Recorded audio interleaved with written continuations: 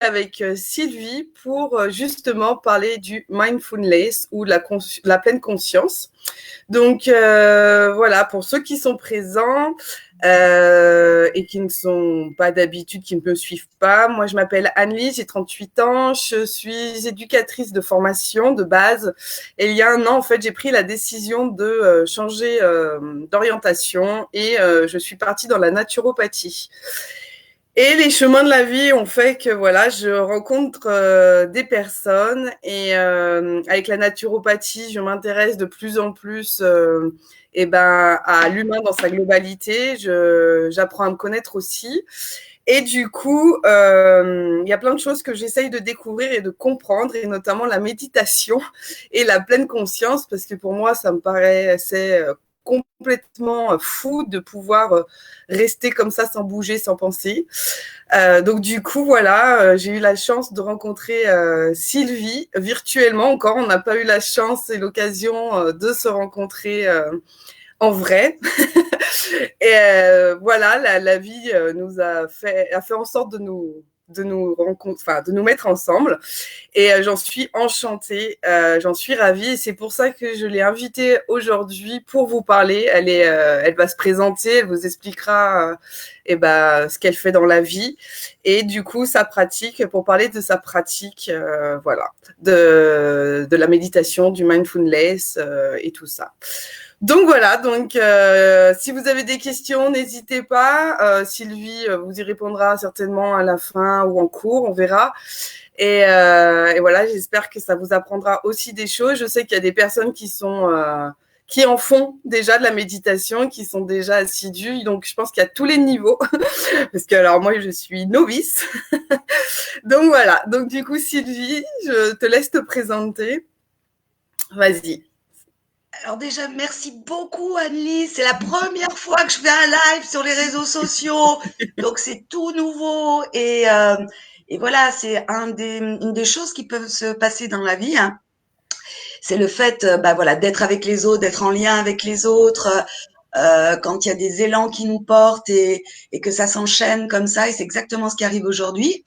Ce qui est magnifique, c'est que tu as déjà dit plein de choses en te présentant et en disant la raison pour laquelle tu as eu l'idée de faire ce live, c'est qu'il y a des choses qui t'intéressent et que tu as envie que les autres en profitent, parce qu'on est toujours, comme on est tous des humains, chaque fois qu'il y a quelque chose qui nous intéresse ou qui nous fait souffrir, et c'est une des choses qu'on découvre au travers de la pratique de la méditation, eh ben, on est tous interconnectés et on le voit bien au travers ce qui arrive peut-être pour la première fois de l'humanité à cette échelle-là, de ce qu'on peut partager dans la difficulté ensemble, et qui fait que ça nous amène à voir davantage la manière dont en définitive, on est tous ensemble et on n'est pas séparés.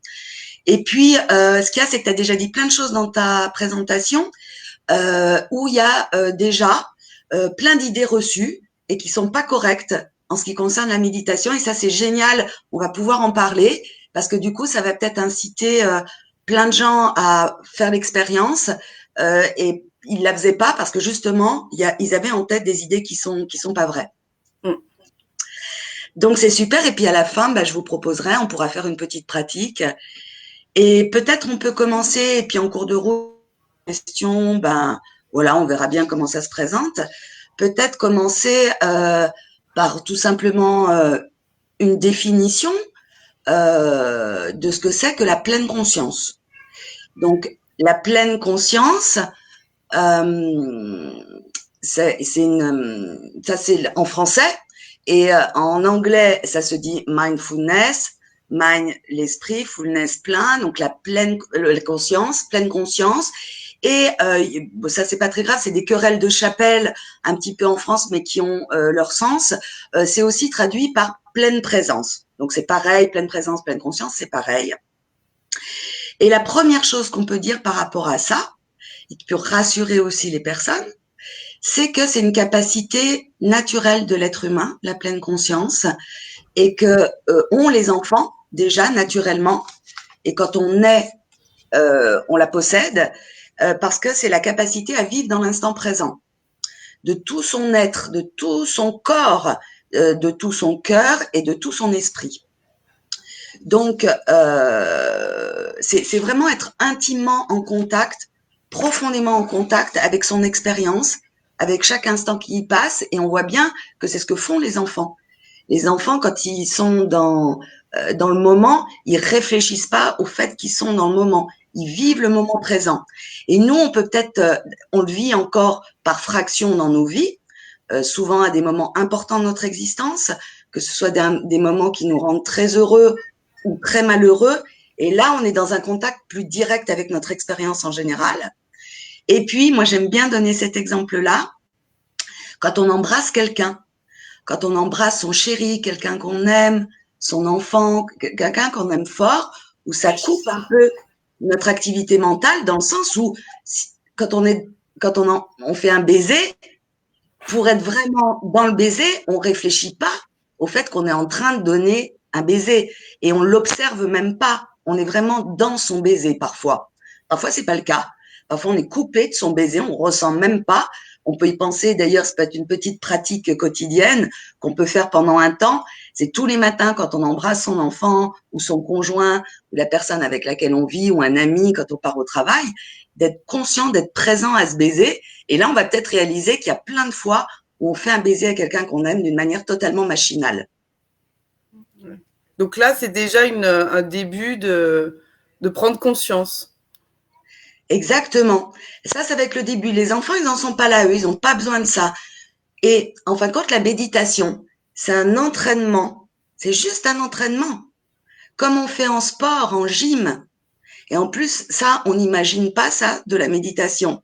Et c'est pour ça que ça plaît beaucoup aux hommes et que c'est complètement ajusté aux qualités masculines, qui sont des qualités euh, où on a envie d'être direct, où on a envie de pénétrer dans l'expérience, où on a envie d'être engagé physiquement. Donc ça correspond vraiment aux qualités masculines, aux qualités féminines aussi, bien entendu, sous d'autres aspects.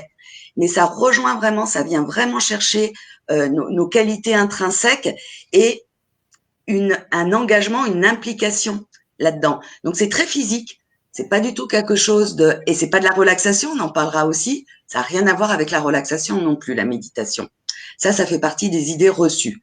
La conséquence, ça peut être qu'on se sent relaxé. La conséquence, ça peut être qu'on ressent du bien-être.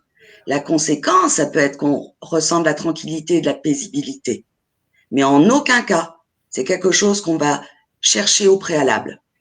On va juste chercher, nous, à être pleinement dans nos vies et rien louper de nos vies. Et c'est pour ça qu'on a choisi avec Sophie, parce que notre société, un de ces quatre, j'espère que grâce à toi, je vais refaire des lives et que Sophie pourra être là, qui est ma partenaire, qui est ma sœur. Et moi, je me souviens plus ce que j'étais en train de dire. Tu te souviens, Lise? Que ta sœur, ta partenaire, et qu'à la base, la méditation, c'est pas forcément, c'est un entraînement pour arriver à un état, mais c'est les conséquences en fait. On était à ça, à expliquer. Ok, oui, c'était. Ouais. Tu venais de terminer en disant que la méditation, c'était c'était pas la finalité pour être bien. Ah oui, je sais ce que je voulais dire. C'est génial. En plus, tu reformules et du coup, je vois ce qui est passé, ce qui est resté, ce qui a été saisi et ce qui a la chose qui t'a interpellé. Hein. Et c'est pour ça, je disais avec Sophie, on a choisi une phrase qui peut nous toucher au cœur très rapidement. En tout cas, nous, elle nous touche beaucoup, qui est comme un mantra. Hein. Un mantra, c'est un rappel. C'est nous n'avons que des instants à vivre. Et c'est la phrase du 2e chapitre de Jon Kabat-Zinn qui était beaucoup à l'origine du développement de la méditation. Un des anciens maintenant, c'est un monsieur qui est âgé maintenant, mais qui a permis à la mindfulness de se développer en Occident et dans plein de milieux où c'était pas du tout le cas à l'origine. C'était vraiment réservé à, comme on peut l'imaginer, à ouais, des centres bouddhistes, alors que maintenant c'est diffusé dans toutes les sphères de notre vie, tant du point de vue professionnel que du point de vue de la gamme des âges. Et ça, si on va voir sur notre site avec Sophie, on le voit très bien. Moi, je suis instructrice pour les enfants. Ça peut être des petits aussi, ça se fait d'une manière différente, bien que les enfants soient très, très connectés. Mais par contre, ils voient la manière dont ils peuvent s'en servir dans leur relation, dans leur vie d'enfant. Et ça, c'est énorme ce qui se passe dans les groupes d'enfants. Ben oui. Ils viennent très rapidement à ça. Voilà. Et donc, les conditions, ce qu'on dit à propos de la définition, aussi souvent, c'est John Kabat-Zinn qui a donné cette définition au début, c'est que pour pratiquer la méditation, ça demande un cadre qui va nous aider à pénétrer dans notre expérience, de nous rapprocher pas à pas, gentiment, de ce qui est fondamentalement notre expérience et dont on s'est coupé au fur et à mesure du temps, simplement parce qu'on a mis en place des protections. Oui. Et c'est pour ça qu'il y a beaucoup de psychothérapeutes et de psychologues qui s'intéressent à ça, parce que ça rejoint vraiment, ça peut vraiment être quelque chose de très concret, de très pratique, qui est mis en place dans les psychothérapies. Et c'est pour ça qu'on l'adjoint aussi. Soit on peut faire de la méditation, bien sûr, sans faire de psychothérapie, mais même si on pratique par soi-même, et puis j'expliquerai aussi que c'est très important de pratiquer en groupe. C'est ce qu'on appelle une shanga, de toute manière, une communauté. Et les êtres humains, en effet, aussi pour vivre dans une communauté, qu'elle soit familiale, professionnelle. Je t'ai entendu l'autre jour sur tes lives, toi, tu as une communauté dans ton travail aussi, et ça te porte beaucoup, ça te soutient, ça te permet de partager, de confronter, et d'être, c'est puissant, l'énergie de plusieurs personnes ensemble. Et en plus, on voit qu'on vit tous la même chose en tant qu'être humain. Il y a une base commune qu'on partage tous, qui est notre condition d'être humain. Donc, la méditation, ça demande un cadre qui va nous aider. Ça demande d'exercer notre attention d'une manière très exacte, scientifique, on pourrait dire, pragmatique, concrète, factuelle. Ça demande de le faire d'une manière délibérée. C'est pour ça qu'on a des pratiques qu'on dit formelles. C'est ce qu'on imagine tous au départ dans notre esprit, où on voit quelqu'un sur son coussin de méditation, comme tu disais tout à l'heure, immobile sans bouger. Donc ça fait partie d'un certain type de pratique, mais qui peut se faire aussi sur une chaise, qui peut se faire allongé. On peut méditer en disposant son corps de différentes manières. Si on a des blessures, si on a des douleurs, si on, voilà. C'est même pas une adaptation, c'est que ça peut vraiment faire. On peut méditer en marchant, ça fait partie des grandes familles de pratiques aussi, la marche méditative, et ça peut plaire à beaucoup de gens. Donc, on le fait d'une manière très précise, cette attention qu'on exerce. Les pratiques attentionnelles sont très, très importantes dans la méditation. Et on va le faire avec un regard d'enfant, justement, c'est-à-dire un regard frais, neuf, qui va nous dépouiller de nos préjugés, dont on parle beaucoup en développement personnel, par exemple, et c'est vrai, c'est-à-dire de nos a priori. Et pour vous donner un ordre d'idée, et on peut dire aussi sans jugement sur notre expérience, parce que ça va nous couper de notre expérience véritable, réelle. Et pour vous donner un ordre d'idée, parce que c'est assez rigolo, ça va être très important aussi de s'amuser, d'avoir un esprit joueur dans la méditation. Et ça, on s'y attend peut-être pas, parce que ça exerce la curiosité, le jeu. Et mais j'ai juste une petite question. Quand tu dis, parce que moi pour le coup je suis novice, moi j'ai aussi cette image. Alors est-ce que c'est un a priori que quand on médite, on recherche le moi conscient? En fait, il y a le subconscient, le conscient, et en fait on dit que justement on est toujours parasité par l'inconscient, et que le conscient est caché derrière, et que c'est justement le conscient qui est dans l'observation et dans le non-jugement, et qu'il faudrait donc aller le retrouver. Et est-ce que c'est un peu ça la méditation, c'est d'arrêter de laisser notre inconscient intervenir tout le temps dans notre tête, ou c'est aussi le laisser libre? Et enfin, en fait, moi, mes difficultés, enfin, quand j'entends les gens qui méditent et tout, j'arrive pas à palper ce que tu dois voir ou ressentir, tu vois. Mais je sais pas si... C'est pour ça qu'il y a des trucs qui sont très rigolos pédagogiquement à mettre en place. Et pour te répondre, je vais peut-être faire une première réponse comme ça. Bon, ton image, c'est un peu figé. En méditation, c'est ce que je mets comme panneau aux enfants. Mais aux adultes, c'est encore mieux de le faire avec les adultes. C'est en méditation, tu as toujours 20 sur 20. Et conceptuellement, c'est vachement difficile pour nous autres, les adultes, de pouvoir ne serait-ce que concevoir ça. Il n'y a rien qui soit en dehors des clous, on pourrait dire. C'est ce qu'on appelle l'acceptation radicale. C'est ce qu'on peut appeler aussi l'impeccabilité de notre expérience. Tout ce qui se déploie est là. Et rien de ce que tu peux être, ressentir est incorrect, puisque c'est déjà là. C'est ça qui existe. Donc, il n'y a rien à faire, il n'y a rien à vouloir, il n'y a rien à chercher. Donc, c'est même un peu compliqué de dire comme ça. Ben oui, parce que tu as toujours quand même ton cerveau qui fonctionne, quoi. Dans l'entraînement, on va simplement revenir à chaque fois pour revenir, ce que j'appelle aussi souvent, je fais ce geste-là pour les personnes, parce que ça, on pourrait dire c'est le futur, et ça, on pourrait dire c'est le passé, là, mais demain, on va... Ah, il y a une erreur, je ne sais pas si vous êtes toujours là. Moi, je te vois. Zut, erreur survenue. Faut peut-être que je change de pièce. Ça saute peut-être.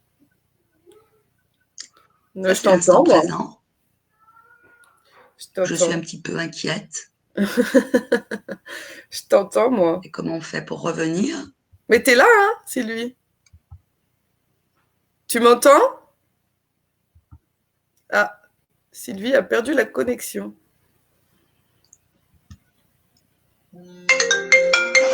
Locataire Mathias le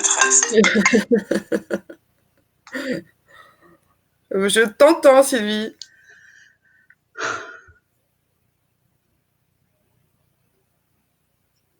On t'entend.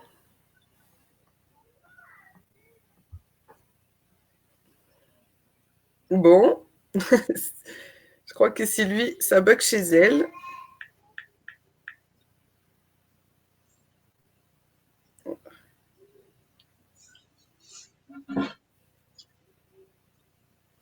Hop, hop, hop.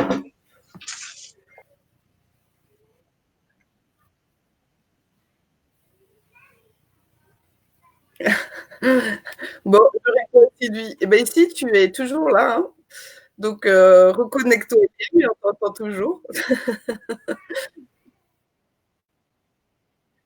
Eh ben, tu appuies sur le même lien, mais tu y es, hein. Moi, je te vois. Tu penses que tout le monde te voit aussi? Non, t'inquiète pas. Eh ben, si ton écran est toujours blanc, enlève le lien et remets-le pour revenir si toi, ça t'a bugué, mais tu es avec nous, hein. Ouais, et on t'attend. De rien. Les aléas du direct. Tac, tac, tac. Hop, Sylvie devrait revenir. Désolée, désolée. C'est comme ça.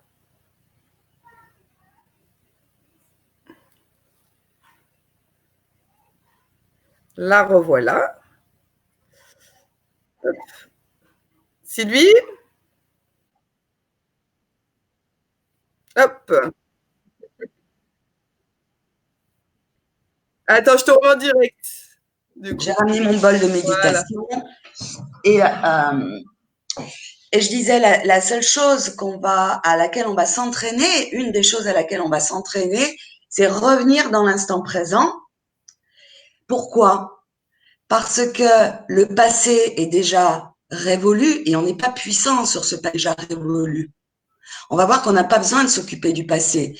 De toute manière, ce que j'aime bien dire aussi, parfois ça peut aider, que le passé est contenu et on peut même intellectuellement, même conceptuellement, le comprendre que le passé, et on en a fait tous l'expérience que notre passé est contenu dans chacun de nos instants. Donc, il est déjà là. C'est pas qu'on l'oublie, mais il n'y a pas besoin de jeter un regard sur le passé. Il est déjà présent ici et maintenant. Et de la même manière, le futur, en quoi il est présent ici et maintenant, c'est que selon la manière dont on va consentir à faire l'expérience de notre présent, ça va déterminer notre futur différemment. Ça va déterminer notre futur dans les souhaits profonds, nos projets, mais nos projets du fond du cœur. Pas des projets protection, pas des projets peur, pas des projets à la place de parce que j'ai peur, pas des projets qui naissent de la peur, des projets qui naissent de notre nature profonde, de ce pourquoi on est fait, du bois dont on est fait. Et ça va dépendre aussi la manière dont on va consentir à vivre ce présent, à ne rien omettre de ce qu'on est en train de vivre, à honorer ce présent, mais autant. Et c'est pour ça que la méditation, c'est à la fois très simple, mais qu'on l'appelle en même temps la voie des vaillants. Avant, on appelait ça la voie des guerriers, la voie des guerrières. Alors, c'est le langage de l'ancien temps. Ça ne veut pas dire qu'on a à lutter, ça ne veut pas dire qu'on a à se battre avec quelque chose ou contre quelque chose. Ça veut dire, dans notre langage d'aujourd'hui, on pourrait plutôt dire la voie des vaillants et des vaillantes, qui était aussi des terminologies utilisées avant, qui veut dire la voie des courageux et des courageuses. C'est parce que, et le courage, on va pas non plus avoir besoin de se forcer. Et on va voir comment on peut s'aider. C'est justement pour ça qu'il y a des pratiques d'ouverture du cœur, des pratiques de compassion qui font partie des programmes qu'on propose avec Sophie. Parce que on ne peut pas forcer les barrages de nos protections qui ont eu une bonne raison d'exister dans le passé et que dans le monde de la psychologie occidentale, on appelle l'inconscient et qui existe aujourd'hui, mais qui a la réminiscence de mise en place de protection du passé qui ont été nécessaires à l'époque, mais qui ne le sont plus aujourd'hui et qui nous coupent de notre expérience pleine et qui, bien entendu, quand on ouvre notre cœur, du coup, on va contacter des choses qui sont pas évidentes, qui sont douloureuses, dont on se protégeait, mais en nous coupant de ces choses douloureuses, on se coupe de nos propres ressources et on se coupe de nos capacités fondamentales, de ce qui est qu'on est nous différents des autres avec nos propres qualités, nos propres talents, nos rêves et qui nous constituent véritablement. Donc, ce qui va être le plus facile pour nous de mettre en œuvre dans vraiment quelque chose qui nous correspond. Donc, j'ai beaucoup, parce que j'adore parler de ça, je suis super passionnée, c'est ce qui me passionne depuis que je suis toute petite fille. Mais pour répondre à ta question, on s'occupe pas, il n'y a pas besoin de s'occuper de tout ce que tu dis. Et il n'y a rien qui est mal. Il n'y a pas le conscient d'un côté, l'inconscient de l'autre. Évidemment, tout est là. Et nous, on va juste chercher à pas, on ne crée rien puisque tout est déjà là. Et c'est le titre d'ailleurs beaucoup de bouquins sur la méditation. Tout est déjà là, tout de suite, ici et maintenant. D'accord.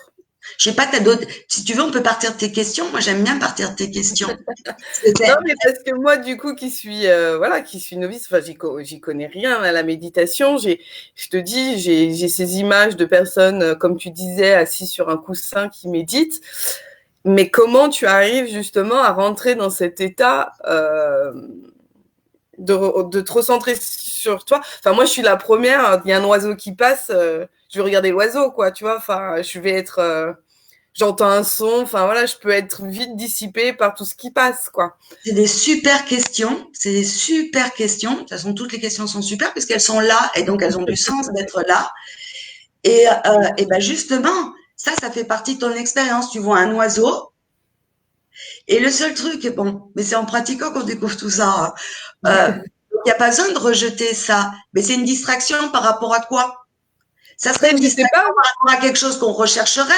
Mais comme on ne recherche pas à ne pas être distrait, on va chercher à ne rien omettre de notre expérience. Il y a un oiseau qui passe, on va l'inclure dans notre expérience.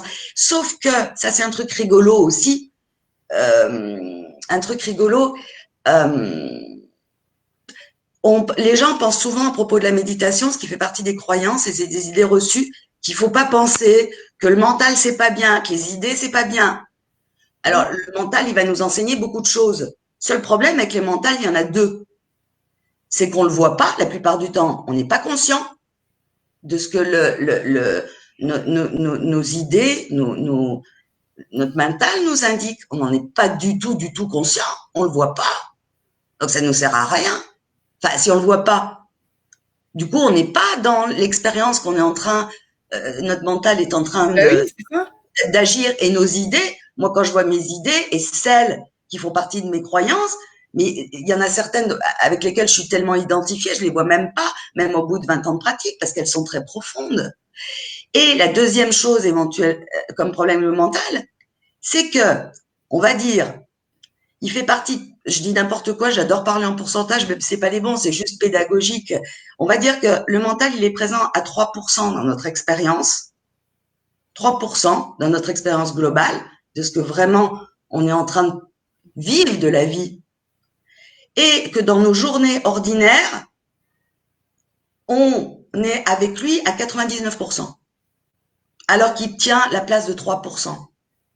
Et par contre, on lui donne comme une télé qui serait tout le temps en permanence. C'est pour ça qu'on a cette sensation que le mental nous embarrasse.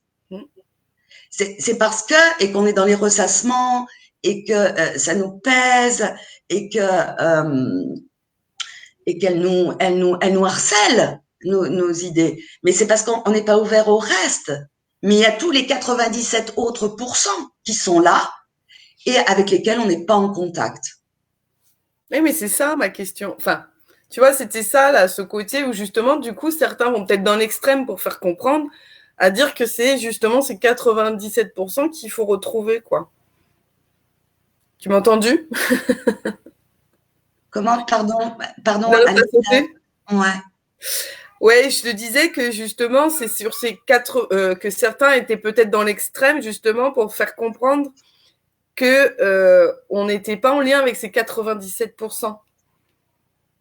C'est pas qu'ils sont dans, tu veux dire dans le sens où ils disent qu'il faut ne pas penser en méditation, par exemple? Alors, non, c'est pas qu'ils sont dans l'extrême, c'est qu'il y a une confusion et qu'il y a une mécompréhension. Ça, c'est la première raison. Il y a même des gens qui pratiquent depuis 20 ans et qui sont encore dans cette mécompréhension. Ça peut arriver. La deuxième chose, c'est que même si on n'est pas dans cette mécompréhension et qu'on sait pertinemment de quoi il s'agit, il y a deux choses qui peuvent se produire. Celle dont j'ai parlé un petit peu tout à l'heure, qui est qu'on est tellement profondément identifié à certains schémas très archaïques qui sont inscrits depuis le début de notre vie, qu'on n'en a même pas conscience. Donc on répète, on est dans une forme de répétition dont on n'a pas conscience.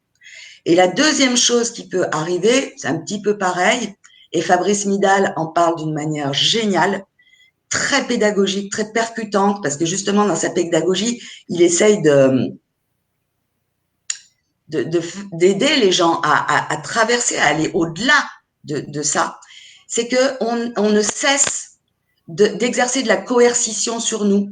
On ne cesse d'avoir des injonctions qu'on ne réalise même pas tellement on y est habitué et qu'on appelle en psychologie des introjections, c'est-à-dire le surmoi, c'est-à-dire qu'on est encore plus sévère sur nous-mêmes que ces injonctions l'ont été dans le passé et qu'on s'interdit de ressentir, de penser, de sentir, sans même s'en rendre compte. Donc, ces gens qui parlent comme ça, ils ne réalisent peut-être pas aussi qu'ils sont en train d'exercer une coercition sur eux-mêmes qui les coupe de leur expérience. D'accord. Et parce que, on rejoint, mais j'ai tellement de choses à dire, on rejoint une autre chose qui concerne aussi la méditation, de tout temps. De tout temps. Et aujourd'hui encore, donc pour faire une pratique, on pourrait dire correcte, on adjoint un enseignement à une pratique. C'est-à-dire qu'il y a une compréhension conceptuelle, intellectuelle, mentale, on pourrait dire universitaire si on veut, il y a des universités du Dharma qui existent, et une pratique. Il y a toujours eu les deux ailes qui existaient, que ce soit dans l'ancien temps et aujourd'hui encore dans les bonnes transmissions de la pratique. Il y a toujours quelque chose qui va te permettre de comprendre, ce qui est le processus, mais la compréhension seule, elle resterait intellectuelle si tu n'en faisais pas l'expérience. Donc, c'est pour ça qu'il y a la pratique. Et si tu n'avais la pratique seule, ça ne te permettrait pas, quelque part, d'éclairer ta pratique et d'aller justement, au-delà de ce que tu vas rencontrer comme illusion.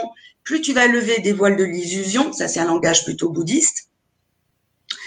En psychologie, on va dire, plus tu vas lever les voiles de l'inconscient, et plus il va se présenter des nouveaux, ceux qui sont les plus subtils, ceux qui sont les plus profondément à toi. Ouais. Donc, on va toujours, jusqu'à la fin de notre vie, faire des découvertes de cette nature. Et tout à l'heure, d'ailleurs, tu parlais dans ta présentation de l'histoire des débutants et des confirmés et des différents nouveaux. Et ça, c'est un autre truc qui est compliqué à comprendre, parfois, c'est qu'il n'y a pas de niveau en méditation. On est tous sur le même plan, dans une certaine mesure. Et moi, je fais des groupes, par exemple, où il peut y avoir surtout dans les programmes qu'on propose, et surtout parce que des fois, il y a des anciens pratiquants qui font ces confusions, et il y a ces mécompréhensions. Je mélange les gens qui ont 20 ans de méditation et ceux qui débutent. Pour ces deux raisons. D'une part, parce qu'il y a des pratiquants anciens qui tournent en rond dans leur pratique, et c'est pour ça que dans l'ancien temps, on avait un maître qui voyait ça. Quand tu tournais en rond et que ton inconscient était là et que toi, tu le réalisais pas, et qui te faisait tourner en rond dans tes schémas, les schémas, et toujours les mêmes. Et puis, donc qui prévenait ça, ouais. Cet écueil. Et donc, ça peut être la raison pour laquelle les pratiquants de longue date peuvent être mélangés avec des débutants. Et il y a une deuxième raison aussi à ça, c'est que la pratique d'un pratiquant, on pourrait dire, c'est d'à chaque fois dans sa pratique revenir à ce regard du débutant. Nous, on doit s'entraîner, nous qui méditons, par exemple, des fois depuis 20 ans, 25 ans, à revenir dans cet esprit, dans ce regard neuf du débutant. Et on le voit bien quand on a l'habitude, et tout à l'heure, on a pris l'exemple du baiser. Si je vais dire un truc horrible, là. Mais si mon enfant que j'adore, mon fils que j'adore, passe sous les roues d'une voiture demain, ou ce soir, et que le matin où je l'ai embrassé, le dernier baiser que j'ai fait, il n'était pas présent, je n'étais pas présente à ce baiser. Donc, avec un simple baiser, si on ne retrouve pas cette sensation qui n'est pas machinale et qui est fait qu'on est dans la vie. Enfin, je veux dire, c'est pour ça j'aime bien aussi cette phrase, nous n'avons que des instants à vivre. Et c'est cette phrase-là à laquelle je pensais pas à ça directement quand j'étais petite, mais si ma vocation, elle est née à l'âge de 7 ans, c'est parce que et ça correspond au développement de la psyché humaine et chez un enfant à l'âge de 7 ans, j'ai découvert la mort à l'âge de 7 ans, que la mort existait au travers la mort de mon chien. Et ça a été une découverte fondamentale parce que les enfants peuvent découvrir à partir de cet âge-là, qui est que les gens que j'aimais allaient mourir, que moi-même j'allais mourir. Et comment c'était possible que ça existe, ça, dans la vie, et comment j'allais faire pour aimer paisiblement avec cette épée de Damoclès au-dessus de la tête. Parce que le plus important pour moi dans la vie, c'est de pouvoir aimer et être aimé, et c'est pour ça que je suis pratiquante, mais on peut tous avoir des raisons profondes qui nous correspondent précisément, et ça fait partie de la pratique de se rappeler ça. C'est ça qui nous va nous porter de répondre à quelque chose, à la chose la plus importante qui nous interpelle dans la vie et qui est le plus vivant en nous, en fin de compte. D'accord. Alors, merci pour ce partage. Tu m'as mis des frissons. Du coup, ouais, j'ai encore une question si je suis un peu pénible. Oh non tu vois, là, qu'est-ce qu'on peut être en train de remarquer? Il y a un jugement sur le fait que tu es en train de me poser une question, et encore plus, moi, j'adore.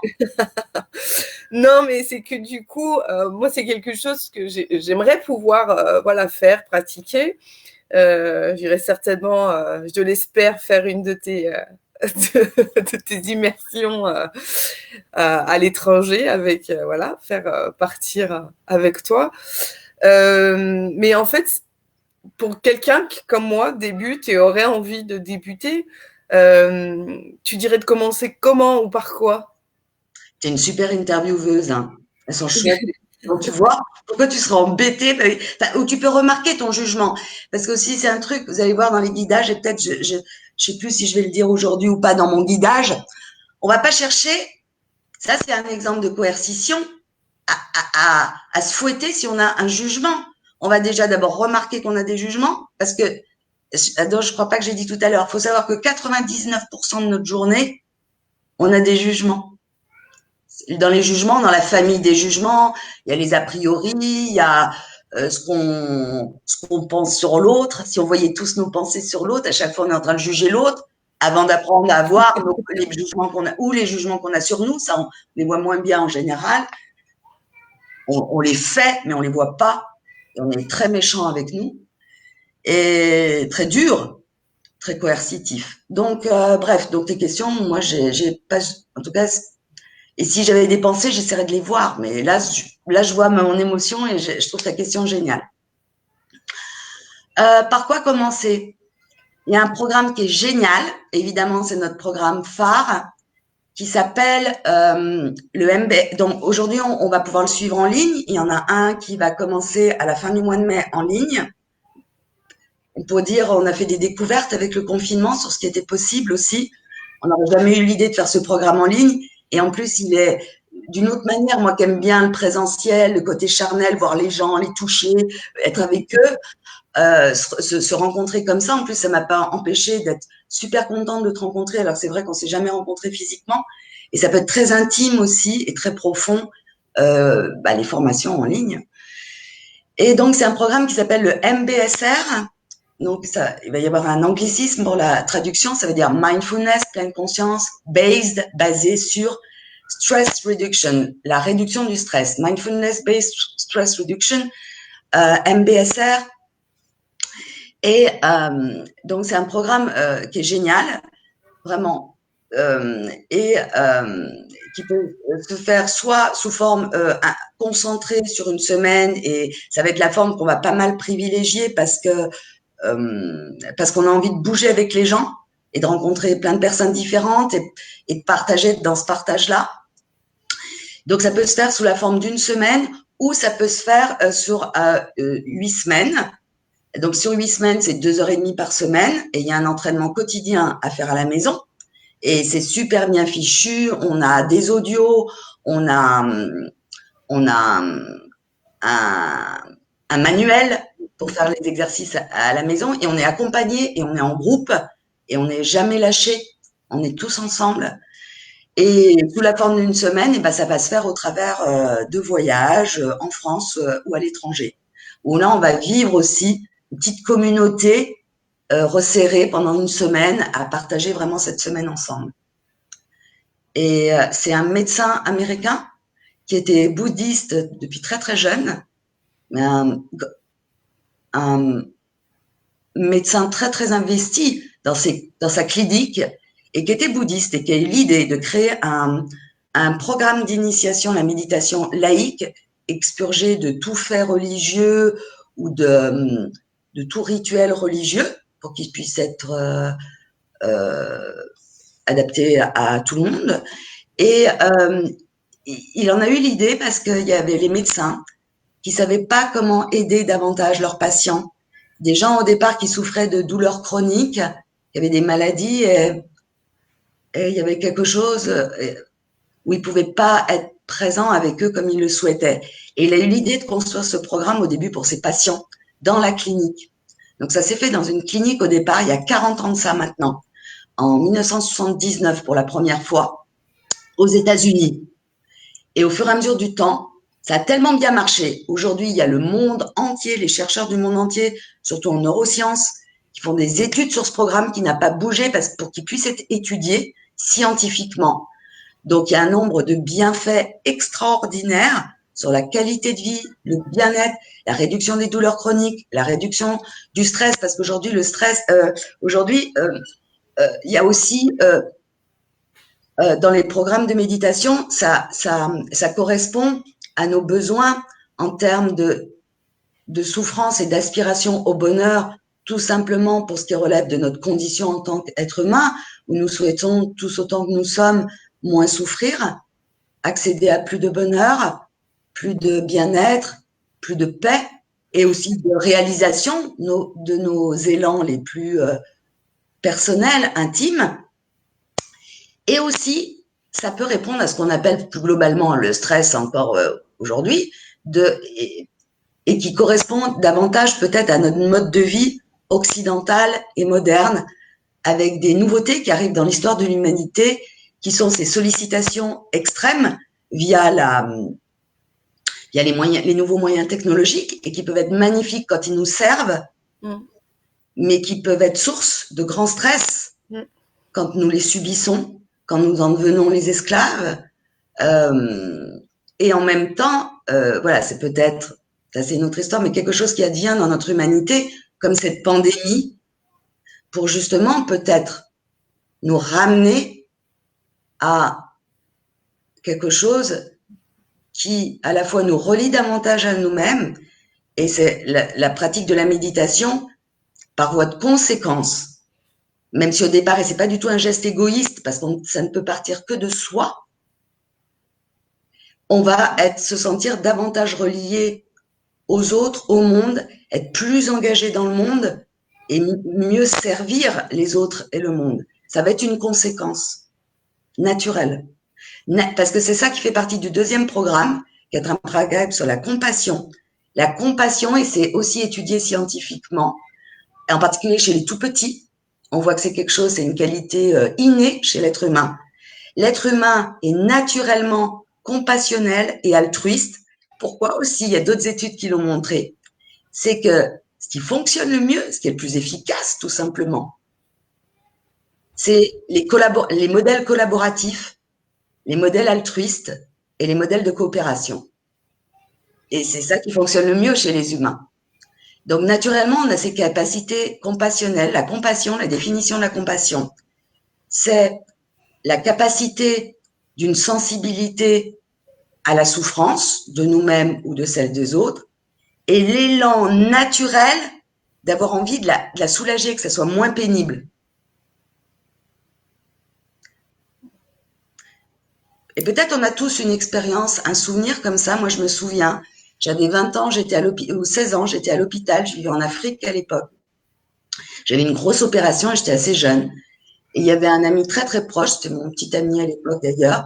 Il était venu me voir à l'hôpital. C'était une opération très longue. Et il avait posé sa main sur moi. Et je me souviens, j'avais mal. Et simplement, physiquement, j'avais eu moins mal. À ce moment-là, dans mon corps, j'avais eu moins mal. Et simplement, cette personne devait me voir souffrir. Il y avait simplement l'élan dans son cœur. Et c'est quelque chose qui existe. Et à ce moment-là, elle existe. C'est ce qu'on appelle la vibration, encore plus subtile, et qui est présente à ce moment-là sur tous les plans, physique, charnel, énergétique. Et j'avais eu moins mal physiquement, sans antidouleur, sans rien du tout. C'était la présence compassionnelle de cette personne qui existait au travers de sa main et qui a influé sur mon organisme, tout simplement. Et on peut avoir des petites... Et à l'époque, je réfléchissais pas à ça, j'avais pas analysé ça, ni mis une compréhension là-dessus. Aujourd'hui, j'ai une compréhension de ça. Donc, compassionnellement, on a tous des exemples de ces gestes gratuits vis-à-vis de nous-mêmes. C'est plus compliqué. Vis-à-vis des autres, au moins. Bon. Bah, merci. Du coup, tu voulais nous faire une petite coupure de ton image. Ah, tu me vois? Ah, c'est bon. C'est bon. Est-ce que tu voulais nous faire une petite démo? Ouais, on peut. Allez. Alors, moi, je vous propose de bien vous installer. On est confortable, on prend soin de nous, de notre corps. Il y a une autre raison pour laquelle on va l'installer confortablement, pour pas être crispé. Quand on est crispé, c'est plus compliqué d'accueillir, d'être ouvert, d'être bienveillant et ouvert. Je vais signaler le début de la pratique. On peut avoir différents instruments. Je ne sais pas si vous voyez, par un bol chantant, il peut y avoir des clochettes, des gongs. Et la fin de la pratique formelle, donc pour refaire d'autres lives éventuellement, maintenant j'adore ça.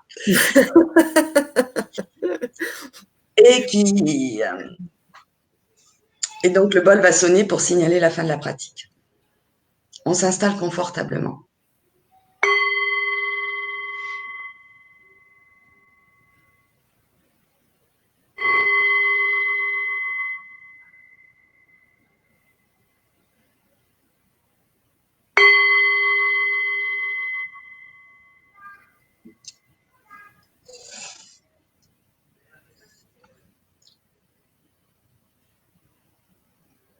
Donc on peut fermer les yeux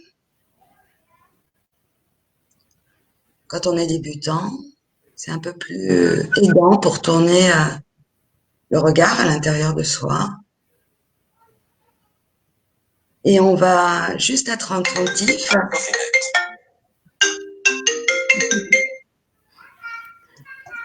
Voilà, le son qui advient dans l'expérience, qui apparaît dans l'expérience. On va juste être attentif à la fois au confort de notre posture, de notre corps. On peut s'asseoir comme on veut aujourd'hui. Et en même temps, on va être attentif à ce que notre posture soit digne. On va s'asseoir dignement. Et puis simplement, on va entrer en relation avec ce qui est là, ce qui est présent, en ce moment même, à l'endroit où nous sommes assis, chacun d'entre nous. On va simplement sentir comment on se sent. Quel est notre état d'être? Comment on se sent physiquement? Est-ce qu'il y a une petite tension dans notre corps, ou au contraire des zones plus fluides, plus agréables, de la chaleur peut-être? On va aussi, dans notre état d'être, peut-être être présent aux pensées qui nous traversent. Quelle est notre activité mentale en ce moment même? Est-ce qu'elle est plutôt agitée, plutôt tranquille? Et puis aussi, quelle est notre tonalité émotionnelle? Quelle est notre humeur? Quel est le sentiment qui nous habite en cet instant?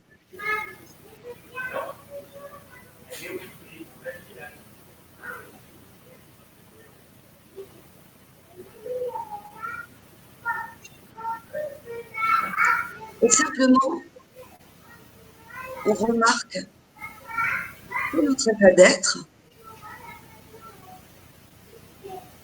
on est comme on est. On entre simplement en relation avec ce que l'on sent, sans jugement, sans intention préalable. Et on peut prendre son temps. Soit on peut sentir dans son corps, dans son entier, soit on peut sentir les différentes parties de notre corps. On amène simplement notre attention sur notre état d'être, dans notre corps, dans notre esprit.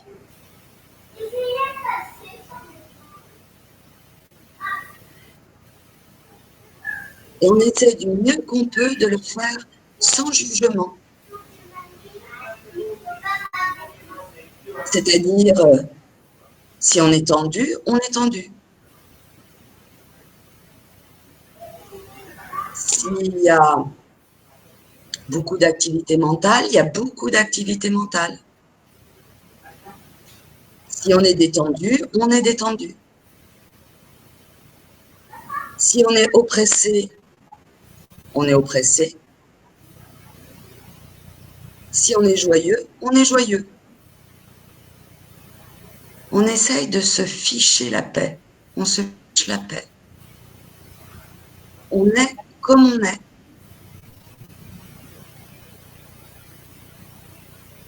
Donc ça ne se fait pas tout de suite. Il faut parfois du temps pour juste sentir comment on se sent. Juste pour entrer en rapport avec cela.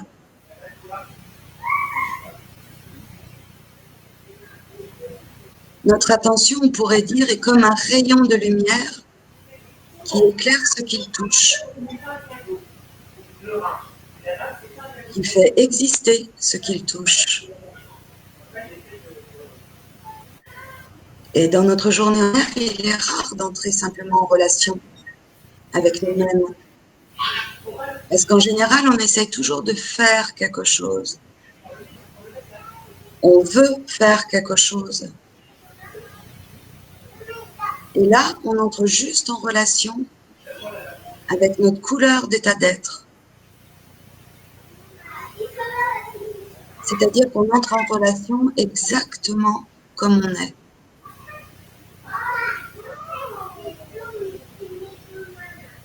Notre attention est comme un regard neutre, comme un rayon de lumière neutre, on pourrait dire, donc sans jugement. Et notre attention est un regard bienveillant, c'est-à-dire qu'il est ouvert, il accueille ce qui nous est propre maintenant, notre manière d'être, tout de suite, en cet instant même, en cet endroit, là où nous sommes assis, dans la pièce où nous sommes.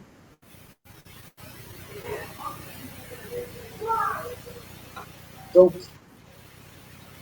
on n'essaie pas d'atteindre quelque chose, on n'essaye pas de se souvenir de quelque chose non plus. On est dans le maintenant, tel qu'il est. Et ça, c'est juste un entraînement. C'est juste un exercice où on se dit, en quelque sorte, bonjour à nous-mêmes. Maintenant, là où nous sommes, simplement.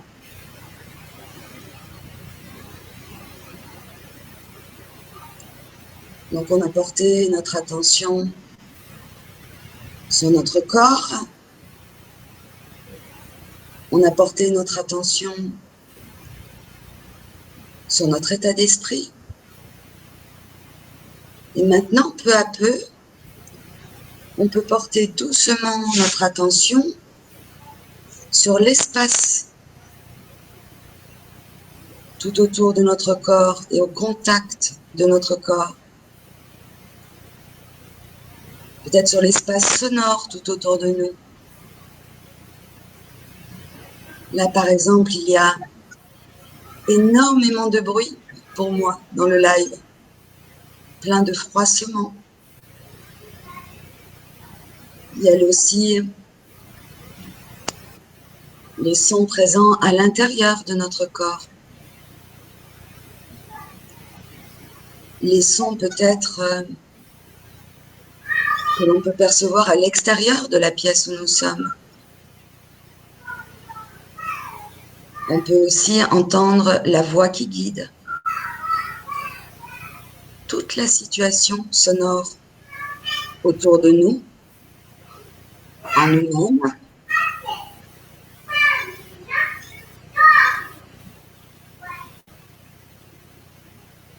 Et il n'y a pas d'effort à faire pour ça.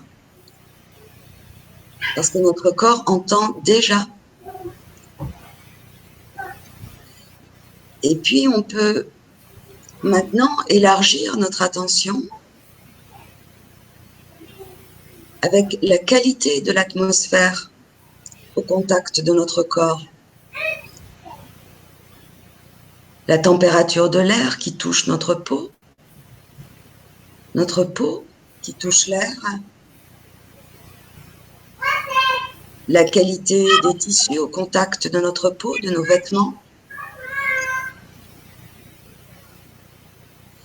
Et puis qu'on ait les yeux fermés ou ouverts, on peut être en contact avec la qualité de la lumière. Et c'est pas qu'on essaie de se dire quelque chose ou d'avoir un jugement. Qui serait par exemple, oh tiens, il fait sombre, il fait clair. Non. Simplement, on ressent, on se laisse ressentir la qualité de la lumière. Tiens, voilà la qualité de la lumière. Tiens, voilà la qualité de la température. On se laisse ressentir la température de l'atmosphère.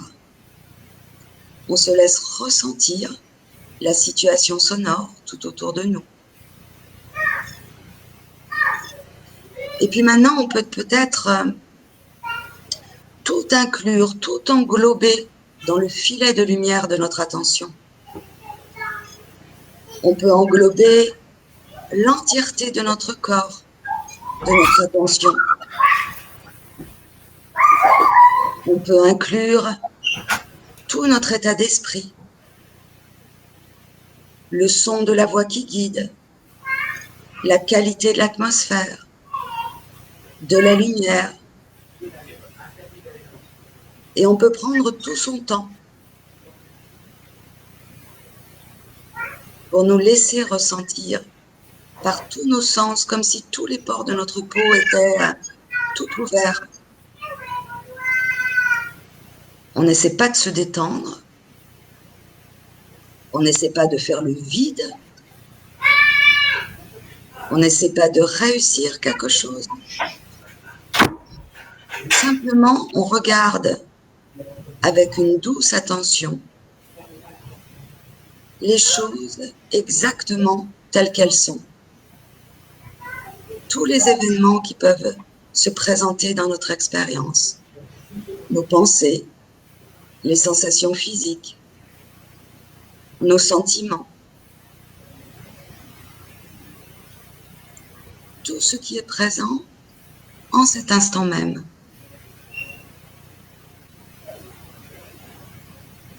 Donc, on n'essaie pas de se relaxer ou de se détendre parce qu'on n'exerce pas de volonté comme si c'était une force qui nous contraindrait à quelque chose.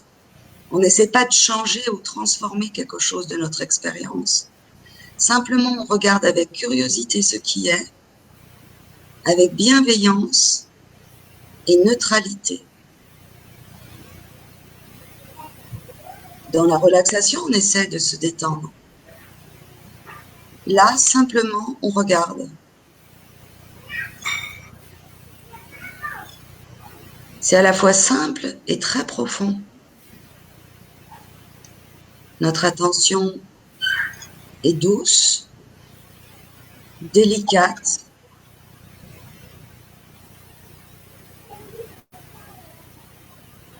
Elle accueille tout ce qui peut émerger. Elle éclaire, elle laisse exister ce qui est déjà là.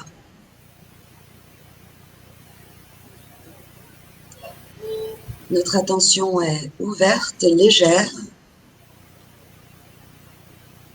et transforme par elle-même, par voie de conséquence.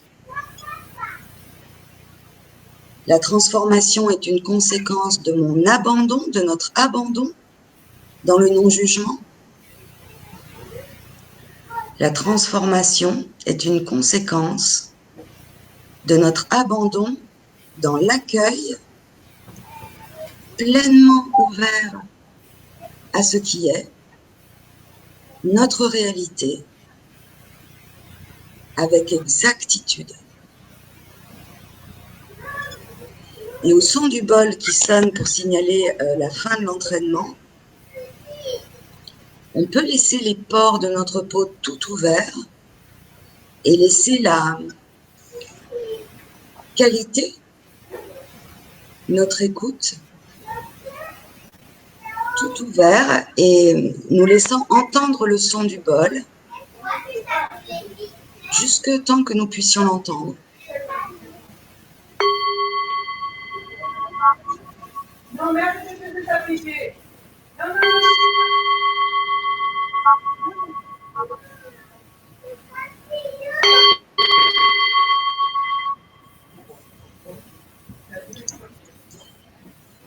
Voilà. Merci.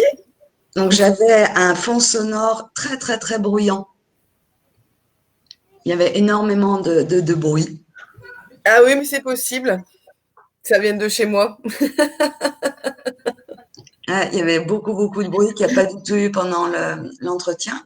Et du coup, voilà, j'ai pu observer toutes mes réactions, tout mon inconfort, être présente à ça. Et du coup, avec des va-et-vient qui m'attiraient un petit peu, qui me faisaient me focaliser un petit peu sur cet inconfort et parfois de me réouvrir un petit peu sur d'autres choses qui étaient présentes, qui étaient là, de voir ma réaction. Donc voilà, c'est un petit Donc peu c'est ça. ça. Comment c'était pour toi, Anise? Eh ben c'est bien parce que ça me fait prendre conscience, enfin du coup dans ton accompagnement dans cet exercice, bah c'est pour moi ça a été important que tu dises de tout accepter dans le non-jugement et puis si il y a plein de choses qui passent dans la tête, faut l'accepter, ressentir même si on a mal quelque part et ben le ressentir, le conscientiser, enfin voilà, enfin toutes ces choses que tu as pu dire, ça, du coup, ça aide. Enfin, pour les personnes qui débutent comme moi, en tout cas, moi, ça m'a aidé à comprendre comment je pouvais éventuellement me réexercer seule et rentrer dans cette introspection, si je puis dire. Et essayer de le rayon laser aussi, enfin comme tu disais là, d'avoir cette lumière sur ce que tu focalises pour le conscientiser, ça m'a aidé aussi. Oui, il y a des images. Après, on se défait des images. Là, il y en avait une, c'était celle-ci, et ça peut être aidant, les images. Elles peuvent nous aider justement à mieux voir et à faire exister, à laisser exister. Ouais. Bah, en tout cas, je te remercie beaucoup. Je mettrai, je l'avais déjà mis sur le live, sur la présentation, mais je le remettrai au-dessus du live, le lien pour votre site internet où on peut vous trouver. Et puis, bah, merci beaucoup pour ce partage, vraiment. C'était très riche. Merci à toi. J'espère que ça a coupé un petit peu. Merci beaucoup à toi, Anise. Et puis, je t'invite, si jamais tu es disponible, à venir au programme en ligne qui commence le 25 mai. Mais effectivement, si vous allez sur le site, vous trouverez toutes les informations et sur la page Facebook aussi. Voilà. Ça marche. Merci à toi. À très bientôt. Bonne journée. Au revoir. Au revoir tout le monde.